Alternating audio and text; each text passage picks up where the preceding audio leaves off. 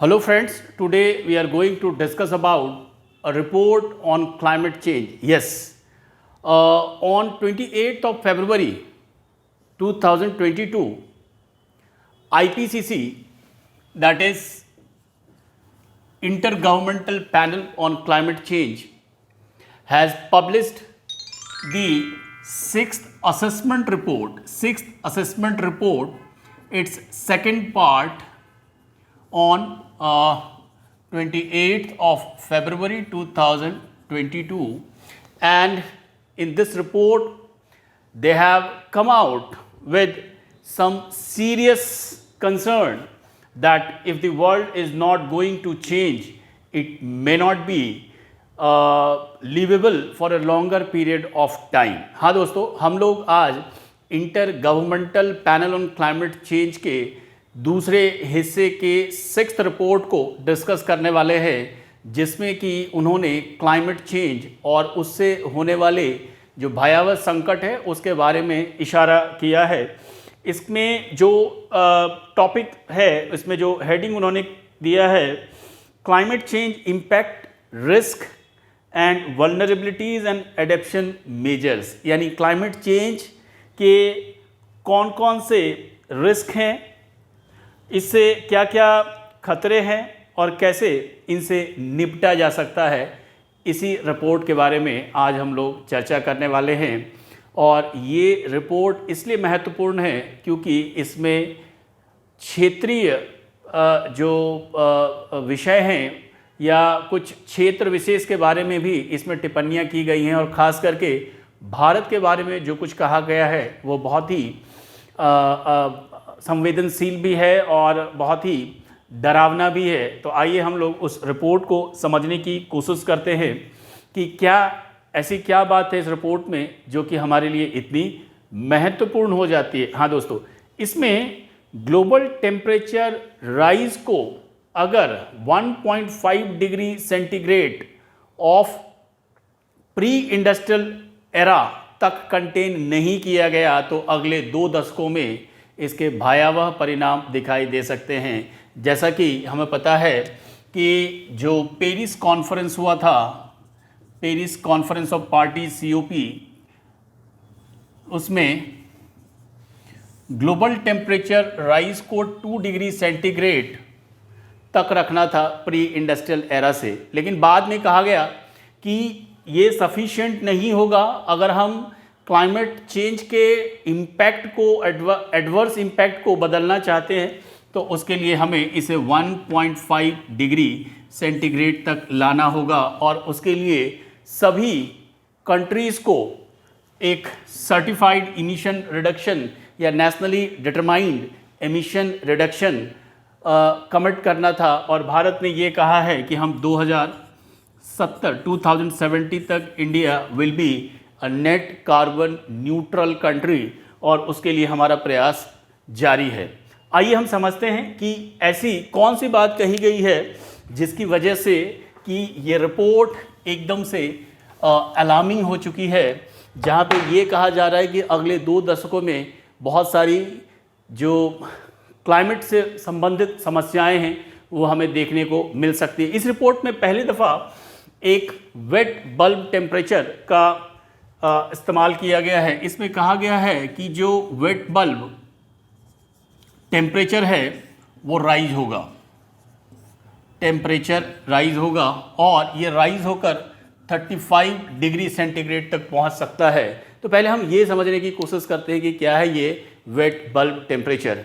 तो पहले आप ये समझिए कि जो सामान्यतया वेदर फोरकास्ट में टेम्परेचर हमें दिखाया जाता है वो कौन सा टेम्परेचर होता है दोस्तों? इसे हम ड्राई बल्ब टेम्परेचर कहते हैं, यानी मॉइस्चर न्यूट्रल होता है ये टेम्परेचर।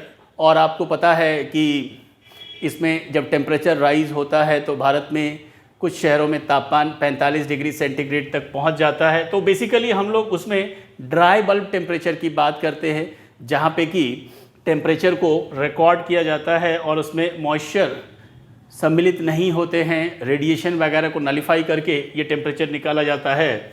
तो अब हम ड्राई बल्ब टेम्परेचर के साथ वेट बल्ब टेम्परेचर को कंपेयर करके ये समझने की कोशिश करेंगे कि क्यों वेट बल्ब टेम्परेचर का राइज होना हमारे लिए खतरे की घंटी है। हाँ दोस्तों, यहाँ पे ये कहा जाता है वैज्ञानिकों के द्वारा कि ड्राई बल्ब टेम्परेचर और वेट बल्ब टेम्परेचर के बीच डिफरेंस होगा तो ही जो कूलिंग का इफेक्ट है वो हमें पता चलेगा।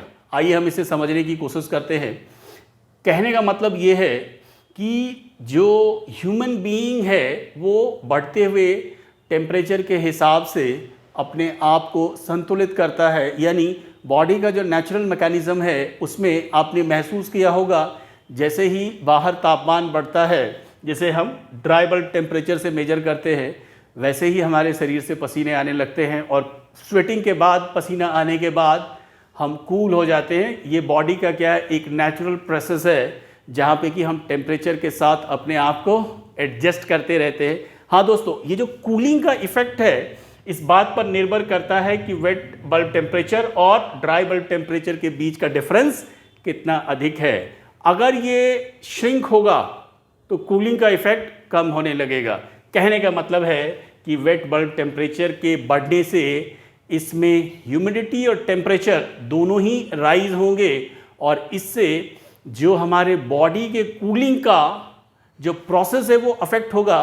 कहने का मतलब है कि बॉडी कूल होना भी चाहेगी तो उसको रिलेटिवली ज़्यादा वक्त लगेगा और उसमें तरह तरीके की प्रॉब्लम्स अराइज हो सकते हैं। और अगर हमारा बॉडी एक्सटर्नल टेम्परेचर के सामने अगर अपने आप को कूल नहीं कर पाता है तो वैसे स्थिति में जान भी जा सकती है, हीट स्ट्रोक का कंडीशन आ सकता है। कहने का मतलब है ये चीज़ें फ्रिक्वेंट हो जाएंगी अगर वेट बल्ब टेम्परेचर राइज होता है। आप इसको एक एग्जाम्पल से समझने की कोशिश करिए। हालांकि ये एग्जाम्पल परफेक्ट नहीं है पर आपको एक आइडिया मिल जाएगा कि मॉइस्चर जब ज़्यादा होती है एटमॉस्फेयर में चारों तरफ तो आपको कपड़े को सुखाने में बहुत वक्त लगता है, राइट। तो इस वजह से अगर वेट बल्ब टेम्परेचर राइज हुआ और अगर ये राइज 35 डिग्री सेंटीग्रेड तक हुआ तो हमारे बॉडी के नेचुरल कूलिंग की जो एबिलिटी है वो अफेक्टेड हो जाएगी और शायद हम उस कंडीशन में सरवाइव नहीं कर पाएंगे या लिविंग बीइंग के सर्वाइवल के लिए ये क्या है, एक थ्रेट पोज करता है। और इस वजह से जो वेट बल्ब टेम्परेचर का राइज होना हमारे लिए क्या है, एक खतरे की घंटी है। इसे हम वेट बल्ब टेम्परेचर इसलिए कहते हैं क्योंकि मापने के लिए थर्मोमीटर के बल्ब पर एक स्लीव लगाया जाता है जो वेट होता है, गीला होता है और वो कितनी तेज़ी से अपने मॉइस्चर को रिलीज़ करता है, जितनी तेज़ी से वो अपने मॉइस्चर को रिलीज़ करेगा यानी अपने हीट को एटमॉस्फेयर में स्प्रेड करेगा, उतनी ही जल्दी क्या है वो टेम्परेचर उसका डाउन होता है, पारा डाउन होगा। और इससे हमें पता चलता है कि जो वेट बल्ब टेम्परेचर है वो कितना है। तो हमेशा से ड्राई बल्ब टेम्परेचर ज़्यादा होगा और वेट बल्ब टेम्परेचर कम होगा और इन दोनों का डिफरेंस ही ये इंश्योर करता है कि कूलिंग कितनी होगी। अगर ड्राई बल्ब और वेट बल्ब दोनों टेम्परेचर बराबर हो जाएंगे तो वैसे स्थिति में कूलिंग होगी ही नहीं, क्योंकि वो जो स्लीप की बात की जिसमें जो कि मॉइस्चर स्प्रेड करेगा, जो मॉइस्चर रिलीज़ करके कूल होता है वो मॉइस्चर रिलीज़ नहीं करेगा एटमॉस्फेयर में, क्योंकि टेम्परेचर डिफरेंस 0 होगा और वैसी स्थिति में जो कूलिंग का जो प्रोसेस है वो अफेक्टेड हो जाएगा। अब आइए इसको हम समझने की कोशिश करते हैं कि भारत के लिए क्यों ये इतना अलार्मिंग है। इसी रिपोर्ट में ये कहा गया IPCC के 6th AR के सेकंड पार्ट वाले रिपोर्ट में कि भारत के कुछ शहर, जिसमें 2 शहरों का नाम दिया गया है लखनऊ और पटना, यहाँ पे जो वेट बल्ब टेम्परेचर है वो 35 डिग्री सेंटीग्रेड तक पहुँच सकता है। वैसी स्थिति में लोग अगर घरों से बाहर निकलेंगे, उनको हीट का एक्सपोज़र होगा तो बॉडी कूल नहीं कर पाएगी और घर से निकलना हमारा मुश्किल हो जाएगा, काम पे जाना मुश्किल हो जाएगा, खेतों में काम करना मुश्किल हो जाएगा। और भी इसके कई सारे एडवर्स इम्पैक्ट है, जैसे कि जो सी टेम्परेचर है वो सी का जो वाटर लेवल है वो राइज होगा, और वो अगर 1.5 डिग्री सेंटीग्रेड से थोड़ा भी अगर टेम्परेचर ज़्यादा होता है तो वैसी स्थिति में 2 मीटर तक सी लेवल राइज होगा, जो कोस्टल रीजन है उससे नेगेटिवली एडवर्सली अफेक्टेड होंगे, और कोस्टल रीजन में जो रहने वाले लोग हैं उनके लाइफ पर बहुत ही बुरा असर डालेगा। हमने इंडियन ओशन में देखा है, Indian Ocean, bay of Bengal और अरेबियन सी में देखा है कि जो साइक्लोन का फेनोमेना है वो इंडिया में लगभग फ्रिक्वेंट होते जा रहे हैं। फॉरेस्ट फायर हो सकता है, तो इसके कई सारे एडवर्स इम्पैक्ट हैं, और इसीलिए जो वर्ल्ड लीडर्स हैं, जो पॉलिसी मेकर्स हैं, उनको एड्रेस करके ये रिपोर्ट कहती है कि this is the time to act now, don't procrastinate it further, otherwise we will not be in a position to reverse the process. यानी कि आने वाले समय में बदलाव ऐसा हो जाएगा कि हम चाहकर भी, अगर हम कितना भी प्रयास कर लें, उस परिस्थिति को बदल नहीं सकेंगे। Yes friends, this is a alarming situation, but government of the world are coming together to tackle this menace. इस खतरे को, इस चैलेंज को हैंडल करने के लिए आपने देखा है कि COP26 हुआ था ग्लासगो में। अभी इस तरीके से जो लगातार प्रयास है वो ये है कि जो ग्लोबल टेम्परेचर राइज है उसे 1.5 डिग्री सेंटीग्रेड तक, ये 1.5 degree centigrade pre industrial level तक ही क्या है, हमें इसको मेंटेन करके रखना है, इससे ज़्यादा नहीं जाने देना है। लेकिन इसमें जो एक प्रॉब्लम है वो ये है कि जितने भी मिटिगेशन एफर्ट हैं या फिर एनर्जी ट्रांजिशन का एक मुद्दा है जिसके तहत कि हम पॉल्यूटिंग सोर्सेज ऑफ एनर्जी की बजाय non polluting sources of energy की तरफ माइग्रेट होना चाहते हैं, वो सभी इस बात पर निर्भर करता है कि डेवलप्ड कंट्रीज़ डेवलपिंग कंट्रीज़ को कितना फंड और टेक्नोलॉजी अवेलेबल कराते हैं।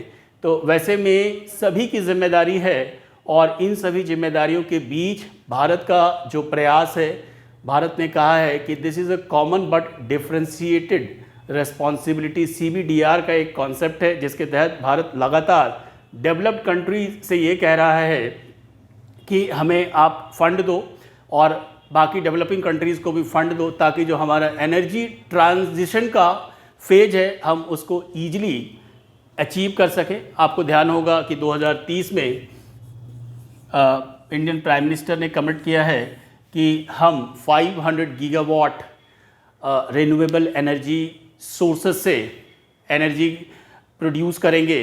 तो ये सभी क्या है, हमारे मिटिगेशन एफर्ट है।